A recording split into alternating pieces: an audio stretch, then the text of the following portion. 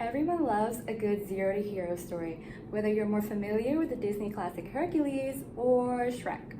We're all striving to become the best versions of ourselves, but nowadays that seems kind of undoable, right? No, literally no. A talking panda who legitimately thought a goose, which is his dad by the way, gave birth to him for 20 years, became the dragon warrior. And in case you missed the reference, I was talking about Po, the panda, from Kung Fu Panda, my favorite of all time. And today I will be walking you through his humble beginnings to how he became the master of bodacious and awesome. Major spoiler warnings, obviously, now let's get into it.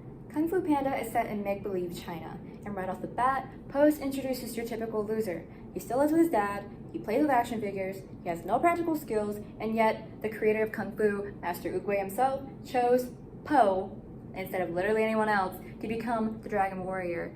And why is that surprising? Because the running joke across the entire movie is that Po doesn't run, he gets tired off of 3 steps of stairs. How is he gonna save himself? Much less all of China from the psycho crazy, fresh out of prison, I'm jealous of you, I want to become the Dragon Warrior, Tai Lung. Now you may be wondering, who is Tai Lung? Well, if Po is the loser, then Tai Lung is the jock. Or if you want to see it in another way, he's like the student council president who's won student council president every single year except for their senior year when it actually matters. And they're reasonably insane by now. At this point in the movie, Po is still rejected by his peers, the Furious Five. They ostracized him because he didn't know martial arts, and they ridiculed him about his body weight. They never believed in him, not once. So when news came out that Tai Lung broke out of prison, they were not about to leave their future in his hands. They went to try to stop Tai Lung by themselves, and to nobody's surprise, Tai Lung bodies all 5 of them. When Master Shifu hears of this, he right away tells Po to turn his tail and run. Po's own master didn't believe in him. Imagine how heartbreaking that must have been. And as it turns out, Shifu wasn't even enough to stop Tai Lung.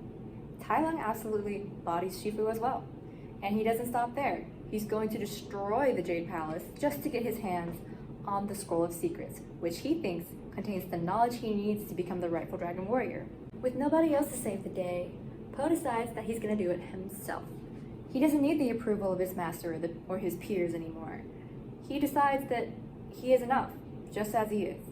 And without any real knowledge of Kung Fu, Po returns and faces Tai Lung. Po fights with characteristics that make him himself, like using his belly fat to bounce off Tai Lung's little paw strikes, or his body weight to knock Tai Lung through the ground whenever he falls on him, and chopsticks, oh my gosh. He uses bamboo sticks to run away or like evade Tai Lung as if they were chopsticks. And you know he picked up that skill as a noodle boy. Po ultimately defeats Tai Lung. The loser bodies the big bad bully and becomes a cool kid for it. But I think what's most important is that, I know it's cliche, but he accepted himself. He became the best version he wanted to be. He was no longer shy of those physical insecurities that everybody had mocked him for his entire life. He actually used those to save the day. And what we can learn from Po is that the undoable is doable, and you don't have to sacrifice yourself to do it.